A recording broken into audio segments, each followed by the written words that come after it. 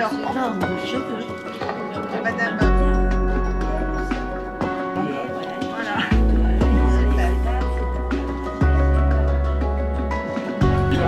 Qui est venu aujourd'hui compter. de Saint-Égrève. Vous venez de Saint-Égrève. C'est sur Saint-Égrève, une association de conteurs et musiciens. Donc, et ça ouvre la séance. Merci beaucoup.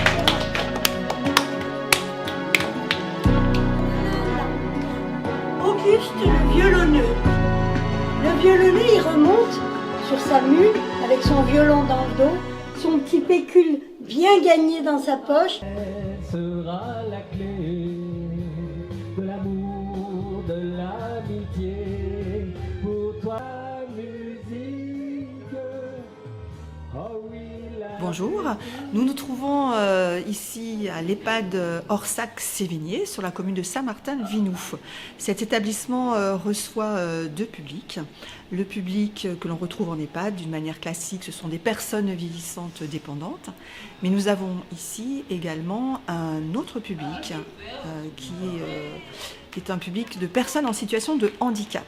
Donc ces deux publics se côtoient et nous travaillons au sein de notre structure sur l'inclusion. Suite à l'appel à projet du département de l'Isère sur le thème du pouvoir d'agir, nous avons décidé de créer un spectacle participatif et inclusif.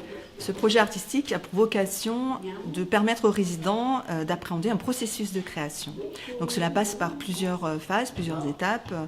Une étape de sensibilisation, une étape d'écriture, un atelier d'écriture, de connaissance aussi des différents instruments, d'un atelier aussi d'apprentissage des rythmes, de confection d'instruments. Et aussi la narration du conte faite par une des résidentes. Et c'est ainsi que 3 jours plus tard, Ils partent à dos de dromadaire. ils partent à dos de dromadaire sans tenir compte des conseils du vieux sage. Les recherches que j'ai pu faire, c'est ce qui a été... Voilà, Madame Lyon. Alors Laurent, moi je sais pas. Alors aujourd'hui, c'est la première étape du projet de création artistique collective qui démarre cette semaine. Donc la première étape, c'est de sensibiliser notre public, les futurs acteurs du projet, au conte, à la musique et à leur permettre de les sensibiliser, de les nourrir et d'éveiller leur curiosité, leur imaginaire. Donc c'est la première étape du projet. L'amour.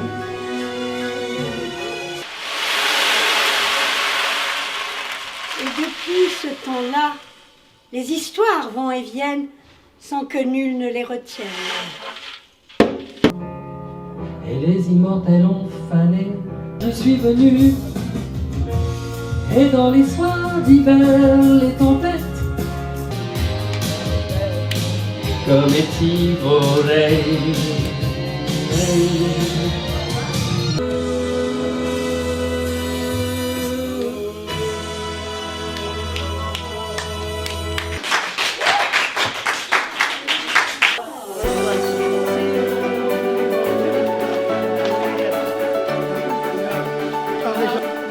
Bonjour à tout le monde.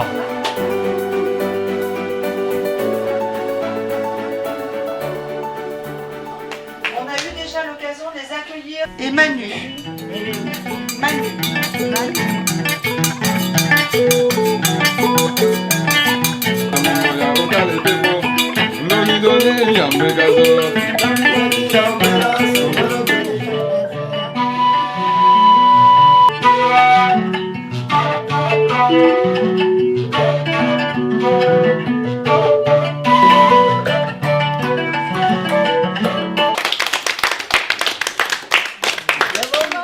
Sinon, on peut le trouver sous le nom de Colocoto. Pas ce qu'il fait, Colocoto. Alors aujourd'hui, deuxième séance, un atelier, on a reçu le groupe Répercussion, un groupe de 3 percussionnistes de Grenoble, la compagnie Répercussion, dans le projet, dans la continuité de la sensibilisation, d'amener l'envie aussi de faire des percussions. On l'a vu aujourd'hui, les gens ont envie de danser, ils ont commencé à frapper des mains, à bouger. Donc c'est vraiment voilà, une sensibilisation qui a bien fonctionné et ils sont ravis, ils ont passé un très très bon moment. Et dans l'idée du projet, c'est qu'ensuite ils puissent construire quelques instruments et apprendre et découvrir les rythmes ensemble. Voilà.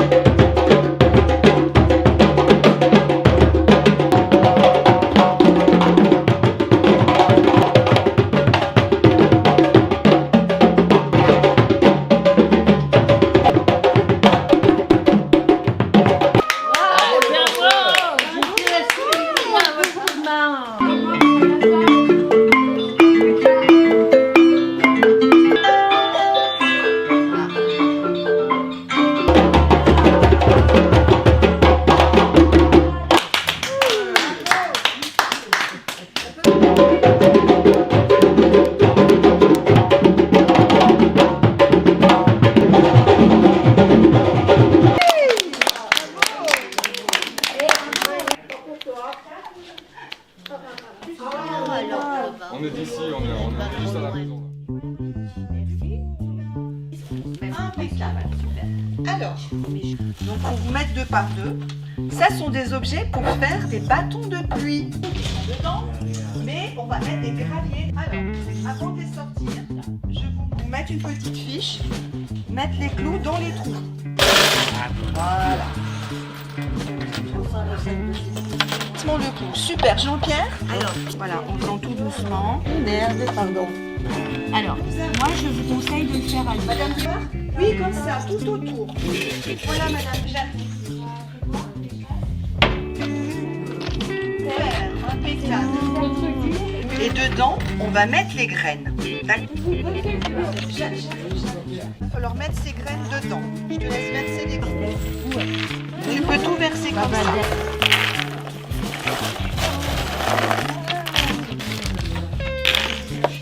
Voilà. Donc là c'est fait. Super. Ah ouais, là ça y est, vous avez plus de main là. Jocelyne et Jean-Pierre. est-ce que c'est le Là, il faut mettre du bleu partout. Alors, regardez, vous êtes concentrés. Regardez ce que je...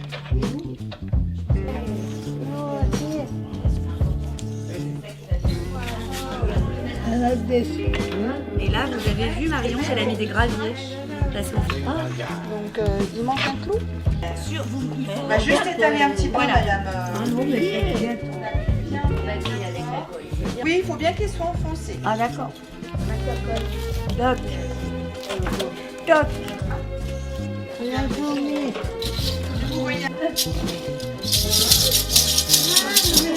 Oui, c'est ça.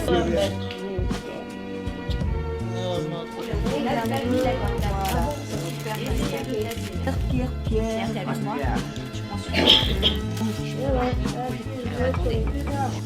Voilà. D'accord. Bah, super.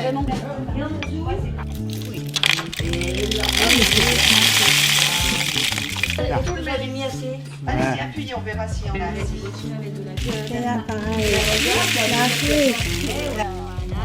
Chacune, on met un petit peu. Vous mettez la feuille. Allez. Est-ce qu'on peut mettre là-haut?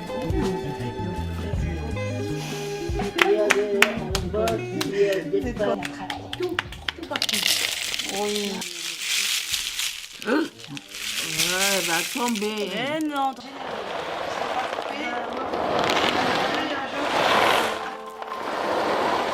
Je vous propose de vous expliquer un petit peu l'origine de ces instruments, parce que vous les avez fabriqués, comment les musiciens frappent sur cet instrument.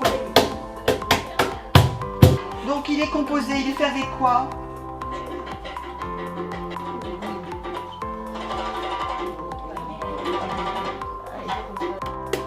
Alors, les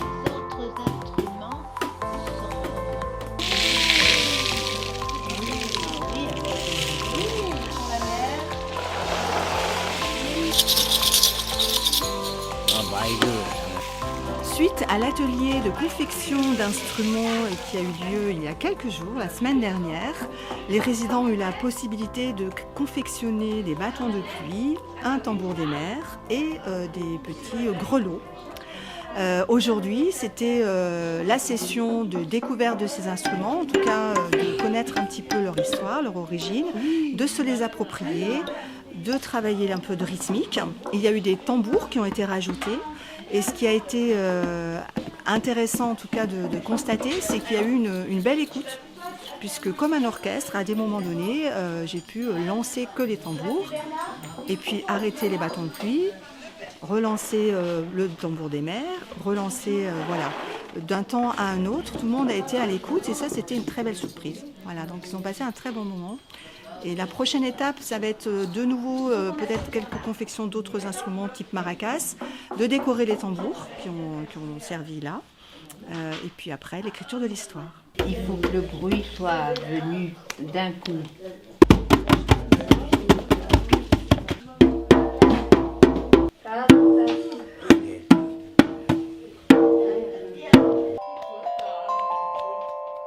Une éducatrice en EHPAD, c'est pas forcément ce qui se voit trop, sauf que ça va être une mission d'avenir, voilà. Et du coup, quand j'ai été embauchée ici, en fait, moi, mes missions principales, c'est effectivement d'accompagner aussi les équipes par rapport à la connaissance des personnes en situation de handicap qu'on accueille, en termes de prise en charge, en termes de posture. Moi, je vais plutôt aussi réfléchir sur des outils qui vont aider ces personnes au quotidien.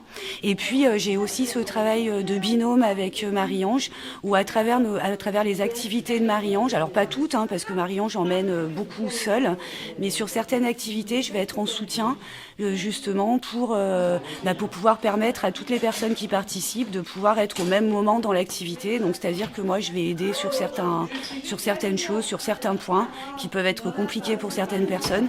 Voilà, en sachant que je suis beaucoup plus centrée sur les personnes en situation de handicap. Et du coup, ce binôme, ça permet de mener des activités en commun avec les deux publics qui puissent vivre des choses ensemble et que surtout personne n'ait le sentiment d'être laissé de côté ou d'être un petit peu en retard par rapport aux autres dans l'activité.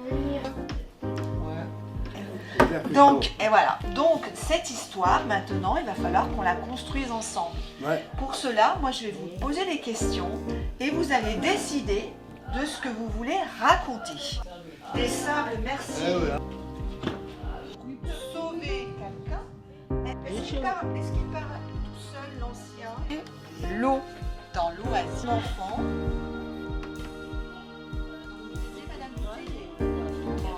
Dans le désert, il n'y aura pas de gare, il n'y aura rien. Donc il sort.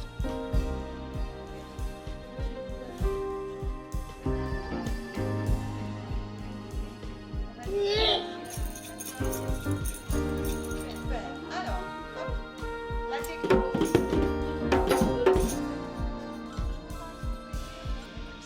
Voilà, sur le.